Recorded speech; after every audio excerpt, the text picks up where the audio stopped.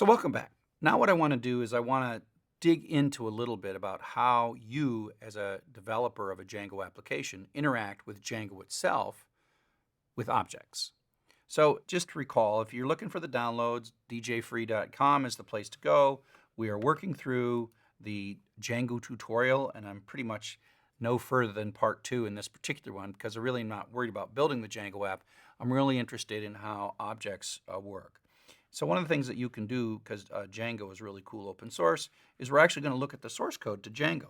Django is open source and has 26,000 different separate modifications, almost 1,700 contributors, and it's a lot of source code. It's probably a million lines of code. And so this is real enterprise software.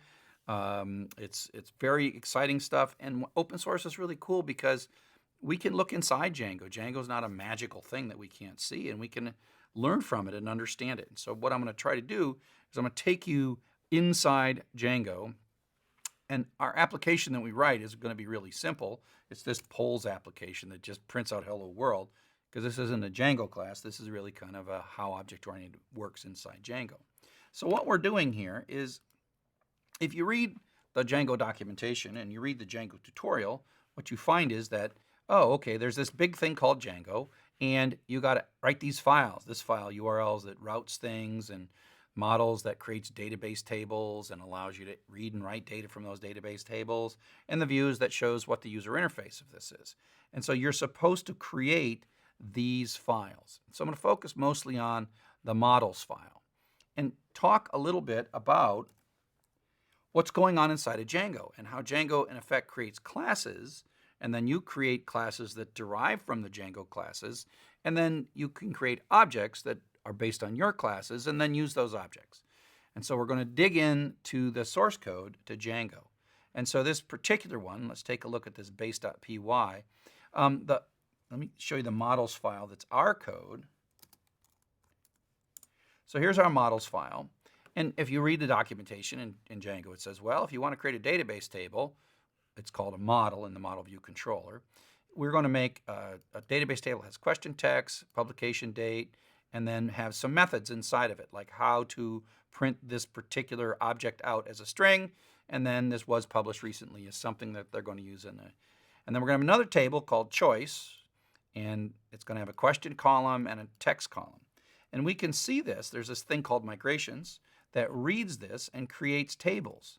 And so in here, we have polls to choice question, polls to choice, which has those columns, and it's created this database table for us. All we did is we took this thing not only allows us during runtime to read and write from the database, but it also at setup time, it creates things for us. And so these two database tables that I've got sitting in my database here were created from this object because it runs one process to read through your objects, then create database tables. It's another process while it's doing request response cycles, then it actually reads and writes the data in the database. So that's one nice thing. And so models.model is a class. And if you just look at this, we're creating a new class that's question. It's our class. And we're extending the models.model class. And we're doing this to inherit lots and lots and lots of functionality. And then the definition of this is just, variables, models.char field. That's a variable, a constant with some stuff, and these are objects, and all this stuff is kind of sitting there for us to sort of, it almost creates it's almost like a dialect of Python that is specifically to define these database models, okay? So if you know that this is a class and that it's extending another class, let's go find the source code to that class. So now what we're going to do is we're going to go into the Python GitHub repository, and here on line 383 in the base.py, this big long thing, if you're looking for it, it's linked here from this slide right here. And now this is Django code. This is the code that was written by the Django project. And so they made this model. And if you look at this, you've made simple classes. This is not that different than the classes you made, right? So you have an underscore underscore init method, and the first parameter is self. Now that should look familiar to you. And then you have a couple of arguments, and then we got a whole bunch of code. And so if we start looking down here, this is just the constructor.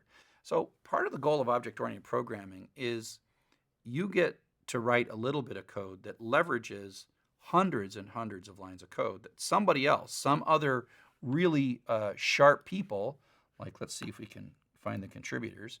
So this is a list of all the people that built this. These people know a lot, right? There's a whole bunch of people, and we can see their work and what they're doing and how long they've been working. And they're doing things like reading all these documents, like the Hypertext Transport Protocol and this and that, and knowing how to talk to databases and knowing how to talk to SQLite database and how to talk to MySQL database and a Postgres database and Oracle database. You literally don't need to know anything. And so what they're doing is they're building a really large object or class that then you can extend, and you don't have to write all this code. This is very general purpose code. Part of the goal of writing an object is to hide this from you. Now, we can look at it. You shouldn't have to look at it. You should be able to look at the documentation, i.e. the documentation on these little tutorials. I'm just trying to give you the sense that here we go. And so this is still the constructor. This is the initialization, the constructor, right? So now we have a method, okay? And so these are other methods like and these are things that you'll sort of recognize. The double underscore string underscore, that's what happens when we convert a model object to a string, underscore underscore. So this is no different than if you convert a dictionary to a string. There's a little method inside of Python that's double underscore string double underscore. EQ, that's comparing equality. Hashing has to do with how dictionaries work. Get state, set state, and all these things are just the kind of things that if I am the Django developer, I have to do this because that lets me mount my class into Django the right way. And these are methods that would be documented, like serializable value, save, and there's another like whole bunch of stuff. See how much work at save base. You should probably be looking at the Django documentation to see all this stuff. Save parents. We're still in the model object, right? Get an extra preview. Okay. Prepare database save, clean, validate unique. And so this is just code that was written by these people. Where are they? Right? All these people wrote all this code and read all the documentation and tested the heck out of it. And you just write this code right here. And you extend and you inherit all that stuff. And that does things like creates all the tables, which I showed you. It actually hooks into an administrator interface. Let me see if I can show you that. So this is an administration interface.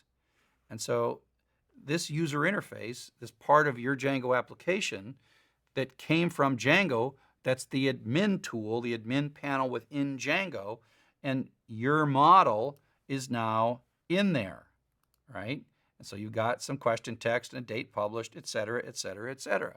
So all you did was created one little file, right? Django's this magical thing, administrator interface, database creation, table creation, et cetera, et cetera. You created this little file, and away you go, okay? So then I'll show you one more thing.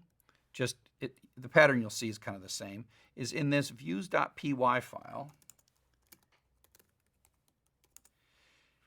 So this is returning a response when you go here into the Polls2 application, right? It returns this response. But if you were to look at this in the developer console, under network, you would see that there is a whole bunch of stuff that you've got to do HTTP. We sort of saw that in the first video, like the response headers, all these things, what the content like is, what the type is, the date, these things, and there's many other these things that might be necessary. So you could learn how to write all these things, or you could basically say, you know what, I'm just going to inherit the obvious things, and I'm going to return, you read the documentation, on HTTP response. So this is an object. This is the constructor to that object, and we're going to send in a string to the constructor. So this HTTP response, we could create it, we could set headers, we could do all kinds of things in it. Not just the text, but all kinds of other things that have to do with the HTTP protocol. And so somewhere inside of Django, they have defined this object that's the HTTP response. And so I can show us that one as well. Take a look at the HTTP response. And we're using it in a very simple way. But if you look inside Django, you see there's a lot to it. So here we go, is content is a set of bytes in this case. And that's the constructor, right? Then there's serialization, etc. And so all these things, all those things are part of that object. And HTTP response base, if we go find that one, which I think is just up here.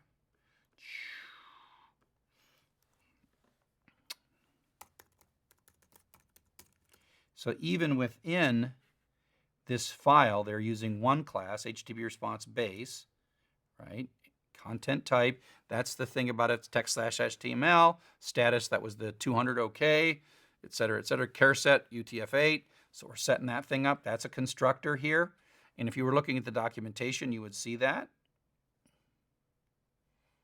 The char setting the char set. Setting a cookie. A cookie has to do with this little bit of data that goes back and forth between the server and the browser. You don't have to know how to do that. You could go read that. You could go into RFC 2616. RFC 2616. See if I got that. Look at 2616. And then we could search for cookie. Whoops, how come I don't see that? Oh.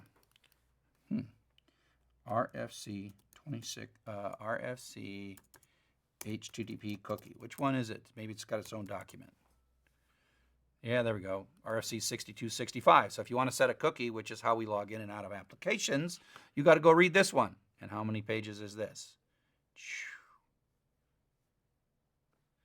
It's only 37 pages.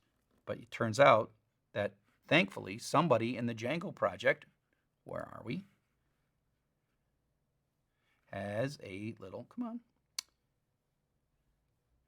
has a method called setCookie for us. And so if you were to go look at the documentation, if this HTTP response wanted to set a cookie back in the browser, instead of reading all this stuff, some kind person who helped write Django wrote all this down and gave you a method called setCookie.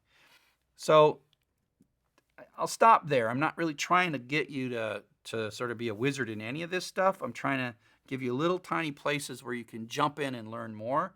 The basic idea is there's lots of complexity to this, lots of documentation, lots of rules about how to comply to this stuff. And Django has made it so that that's all hidden behind this abstraction boundary. You have objects, you make those objects. So we played with the models object, and then we played with the HTTP response object. And we can use as much or as little. We didn't have to use the cookie in the response object.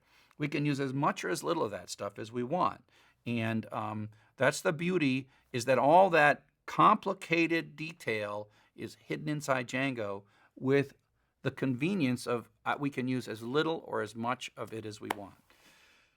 So I hope you didn't try to write Django because of this. I just wanted to make a little connection with how you work with large frameworks or large libraries, and how object-oriented programming and the patterns of abstraction and hiding and inheritance can be put to good use, both by building libraries and then by using those libraries. I hope you found it useful. Cheers.